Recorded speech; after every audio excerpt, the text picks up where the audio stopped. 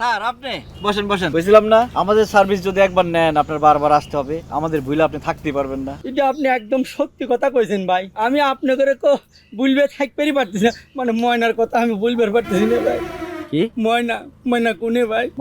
ময়না আছে কিন্তু একটা ঝামেলা আছে। ময়নার আজকে বুকিং আছে, সে আসতে পারবে না। আপনি টিয়ার সাথে যায় কথা বলতে পারেন। ওরে ভাই, আপনারে কত করে করছে, কিভাবে করলে আপনি বিশ্বাস করবেন? আমার টিয়া কোকেল কিছু লাগবে না, আমার ময়নারে লাগবে।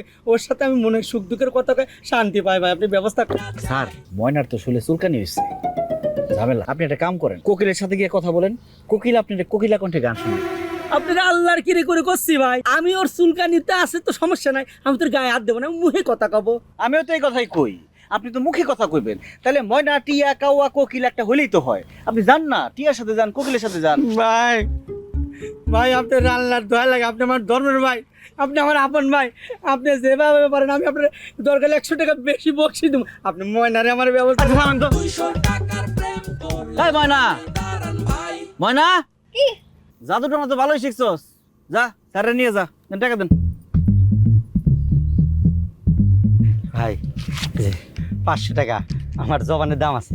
আমি 2 ঘন্টা কথা বলবো ময়নার সাথে, আমার ময়না পাখির সাথে। 400 টাকা আর 100 টাকা হলো আপনার বকশিস। আশা চলে ও না, আমার জন্য মানে আর তো বাপ চক্কর খুবই খারাপ।